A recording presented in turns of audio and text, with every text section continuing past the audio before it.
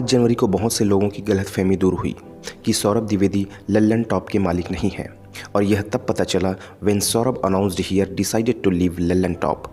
जब से यह खबर आई है, इंटरनेट हैज़ गॉन क्रेजी। बहुत तरह के कयास लगाए जा रहे हैं कि सौरभ ने लल्लन टॉप को क्यों छोड़ा।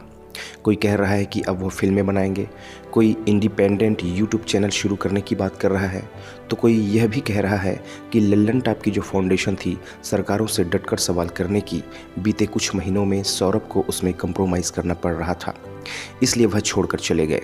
उनके लल्लन टॉप छोड़ने की रीज़न पर विस्तार से बातें करेंगे। स्टोरी यूनिवर्सिटी देख रहे हैं आप, और मैं आपका दोस्त भीम सिंह साहू। आज हम बातें करेंगे सौरभ द्विवेदी के लल्लन टॉप छोड़ने के कुछ फैक्ट्स। लेकिन उससे पहले इस मिस्ट्री पे बात कर लें कि लल्लन टॉप और सौरभ का रियल कनेक्शन आखिर क्या है, और लेटली सौरभ पर जो मेन स्ट्रीम पोलराइज जर्नलिस्ट करने के आरोप लगते हैं उनकी सच्चाई क्या है। इन सब के अलावा उनके करियर से जुड़ी कुछ कंट्रोवर्सीज पे भी बातें करेंगे। सबसे पहले सौरभ द्विवेदी के करियर की बातें करते हैं, जो उनकी ऑडियंस के लिए शॉकिंग होगा, क्योंकि उनकी पॉलिटिकल लीनिंग्स का एकदम अपोजिट है। सौरभ यूपी के एक छोटे से शहर औरई से आते हैं। उनकी एलिमेंट्री एजुकेशन सरस्वती शिशु मंदिर में हुई, जो आरएसएस के द्वारा ऑपरेट की गई स्कूल है। फिर 10th तक की पढ़ाई पंडित दीनदयाल उपाध्याय सनातन धर्म विद्यालय में हुई। अभी पूरी क्रोनोलॉजी सुनते जाइए, बहुत इंटरेस्टिंग इंसाइट है। और फिर 12th हुई जुगल देवी सरस्वती विद्या मंदिर, और ग्रेजुएशन किया दयानंद वैदिक कॉलेज से, वो भी मैथमेटिक्स में। अब ट्विस्ट यह है कि एक ऐसा इंसान जिसकी पॉलिटिकल लीनिंग सेंटर लेफ्ट की तरफ है और बीजेपी के लिए जो कभी यह ट्वीट करता है, उसकी ज़िंदगी का शुरुआती हिस्सा राइट विंग इंस्टीट्यूट में भी था। सौरभ के फादर बीजेपी से पॉलिटिशियन हैं। बिहार में उन्होंने 2 बार बीजेपी की टिकट से चुनाव भी लड़ा, बट स्टिल वो खुद लेफ्ट लीनिंग है। उनके एजुकेशन पर वापस आए तो वो हिंदी लिटरेचर में मास्टर और एमफिल करते हैं, जेएनयू से और आईएमसी से पीजी डिप्लोमा करते हैं, और फाइनली उनके जर्नलिज्म करियर की शुरुआत होती है। 2007 में स्टार न्यूज़ में इंटर्नशिप करते हैं, और फिर कुछ कंपनीज में एक्सपीरियंस लेकर दैनिक भास्कर में जाते हैं, और फाइनली 2003 में इंडिया टुडे ग्रुप ज्वाइन कर लेते हैं। फॉर योर इन्फॉर्मेशन, आज तक जो चैनल है वो भी इंडिया टुडे ग्रुप का ही पार्ट है। 2014-15 में जब मेन स्ट्रीम मीडिया में शाउट कल्चर पीक पे था, जहां प्राइम टाइम डिबेट में चीखना चिल्लाना एक नॉर्म बन गया था, वहां एक शाउट फ्री मीडिया प्लेटफॉर्म की सख्त ज़रूरत थी, जो हिंदी में न्यूज़ डिलीवर करता हो और सिंप्लीफाइड पॉलिटिकल कन्वर्सेशन इनिशिएट करता हो। तो इसी प्लान के साथ लल्लन टॉप की शुरुआत हुई। इंडिया टुडे के डिजिटल विंग के रूप में 2016 में ऑफिशियली लॉन्च किया गया था, और इसके एडिटर इन चीफ बने सौरभ द्विवेदी। और लल्लन टॉप की इंटेलेक्चुअल क्रेडिबिलिटी भी सौरभ ने ही बनाई। शुरुआत में ही ट्रांसजेंडर एक्टिविस्ट पे एक डॉक्यूमेंट्री बनाई, एंटी एस्टेब्लिशमेंट पॉलिटिकल रैलीज़ के ऑन ग्राउंड पब्लिक इंटरव्यूज़ के लिए गए, और कुछ उन्हीं से आए इंडियन पॉलिटिक्स रैलीज़ के कुछ आइकॉनिक मीम्स। और जब करियर की बात हो रही है तो कंट्रोवर्सीज़ के बिना पिक्चर अधूरी है। सौरभ द्विवेदी के केस में कंट्रोवर्सी सिर्फ नाम की कंट्रोवर्सी नहीं हुई, इनके चलते उनके काम पे, उनके इंटेंट पर सवाल उठे। लल्लन टॉप को लीड करते हुए उन्हें 4 साल हुए थे, और उन्होंने 2020 में एक ट्वीट किया, जिसके बाद उन्हें बहुत ज़्यादा बैकलैश का सामना करना पड़ा। इस ट्वीट के रिस्पॉन्स में राइट विंगर्स ने सौरभ को बहुत ज़्यादा ट्रोल किया। सीधा लल्लन टॉप की इमेज और क्रेडिबिलिटी पर सवाल उठना चालू हो गए। फिर उन्हें इसके लिए माफ़ी मांगनी पड़ी और ट्वीट को डिलीट करना पड़ा। इससे उनकी पॉलिटिकल लीनिंग ऑडियंस को पता लग गई, और फिर उन्हें राइट विंग की तरफ से डिस्कॉर्ड किया जाने लगा, और लेफ्ट विंगर्स ने बढ़ चढ़ के सपोर्ट करना चालू कर दिया। फिर आनंद रंगनाथन के साथ कंट्रोवर्सी हुई। उसमें हुआ यह था कि आनंद ने सौरभ को कॉल आउट करते हुए वीडियो पोस्ट किया, जिसमें उन्होंने बोला था कि लल्लन टॉप के विकास दिव्यकीर्ति को अपने मिसअंडरस्टूड स्टेटमेंट के लिए ग्लोरीफाई करने के लिए एक प्लेटफॉर्म दिया गया, लेकिन नुपुर शर्मा के केस में उन्हें इंटरव्यू के लिए नहीं बुलाया गया। यह क्लोरीफाई करने का मौका नुपुर शर्मा को नहीं मिला कि उसने हदीस को कोट किया था। इस पर सौरभ ने भी रिएक्ट किया और बोला कि नुपुर को बुलाया गया था, लेकिन वो आई नहीं। इसके बाद आनंद ने फिर से रिएक्ट किया, लल्लन टॉप और सौरभ को ट्रोल किया, और वहीं से राइट विंगर्स ने लल्लन टॉप को दल्लन टॉप बोलना शुरू कर दिया। But this was just one thing जो लल्लन टॉप ब्रांड को अफेक्ट कर रही थी। Overall the organisation was going strong. बहुत अच्छे जर्नलिस्ट ये टीम ज्वाइन कर रहे थे।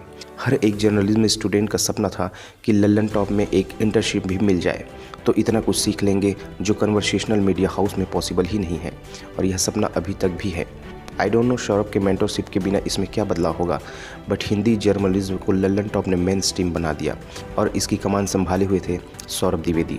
इस जर्नी में उन्होंने बहुत तरह के शोज़ होस्ट किए जिसमें पॉपुलर पॉलिटिशियंस के इंटरव्यूज़ लेते थे, जो डेफिनेटली कैजुअस जॉब थी। बट फैंस ने नोटिस किया कि ओवर टाइम उनके इंटरव्यूज़ की टोन सॉफ्ट होने लगी है।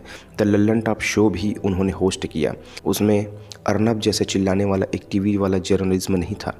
It was such respectful and genuine anchoring जो सिर्फ टीआरपी के लिए नहीं की जा रही थी। आखिर कुछ महीनों में लल्लन टॉप शो भी फीका पड़ने लगा। फैंस को यह लग रहा था कि अब उनकी एस्टेब्लिशमेंट वॉइस इतनी स्ट्रॉन्ग नहीं है, जो कि कुछ मायनों में सही भी था। This fans started calling him out, और शुरुआत में जो सिर्फ राइट विंगर से गालियाँ पड़ती थी, अब वो लेफ्ट विंगर्स भी देने लग गए थे। People notice the few things जो दिखाते हैं कि वो बीजेपी के बारे में डायरेक्टली बातें करना बंद कर चुके हैं। उनके इस थंबनेल को लेकर भी कंट्रोवर्सी हुई।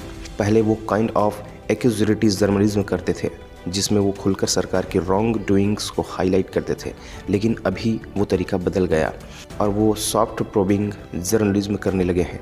इसमें यह होता है कि एक जर्नलिस्ट तुमसे सवाल तो मुश्किल करेगा और सवालों को फॉलो भी करेगा, बट आंसर और फाइनल परसेप्शन सामने वाले के हाथ में ही रहेगा। वह उस कन्वर्सेशन को क्या रूप देना चाहता है वही डिसाइड करेगा। यह उन्होंने नेता नगरी के कुछ एपिसोड में पहले भी किया था, चाहे वो योगी आदित्यनाथ का इंटरव्यू हो या राजा भैया का। बट ओवरऑल पहले वो स्ट्रॉन्ग एंटी एस्टेब्लिशमेंट टोन रखते थे और अब उनकी टोन सॉफ्ट होने लग गई थी। और जब ये ट्रांजिशन हुआ तो लल्लन टॉप का मेजर फैन बेस उनसे डिसअपॉइंट हुआ और उनके प्रति हेट काफ़ी बढ़ गई थी। और फिर हुई उनके करियर की सबसे बड़ी कंट्रोवर्सी जब यह फ़ोटो वायरल होना शुरू हो गई।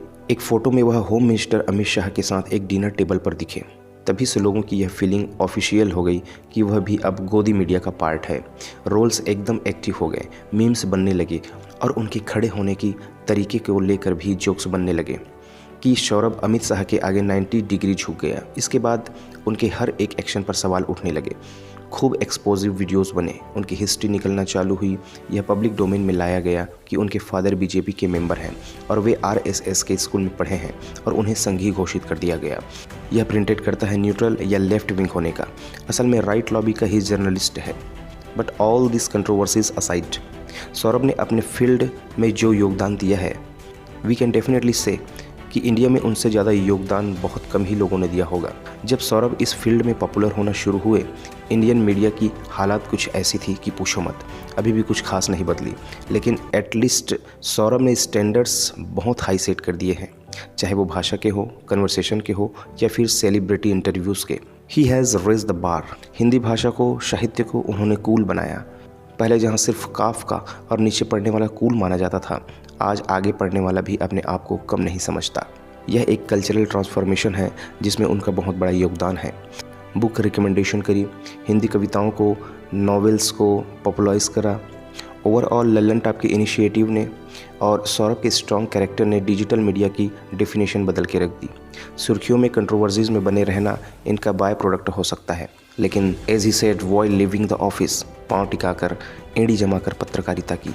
और इसी से हम आते हैं इस वीडियो के आखिरी और सबसे इम्पॉर्टेंट सेगमेंट में, जो है why he left Lallan top और आने वाले समय में उनके क्या प्लान्स हैं।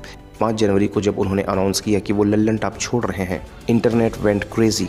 बहुत से लोगों के लिए एक मेजर न्यूज़ थी, क्योंकि उनके लिए लल्लन टॉप को बिना सौरभ के सोचना was impossible. Many people believed कि लल्लन टॉप सौरभ का खुद का प्लेटफॉर्म है। बहुत सारे पोर्टल्स पर, इवन विकिपीडिया पर भी यही मेंशन्ड है कि सौरभ ही लल्लन टॉप के फाउंडर हैं, लेकिन यह सच नहीं है। He was working there and he left. अब इसके रीज़न्स के बारे में बात करते हैं। कुछ पॉसिबिलिटीज़ दिखती है जिनकी वजह से उन्होंने छोड़ा होगा।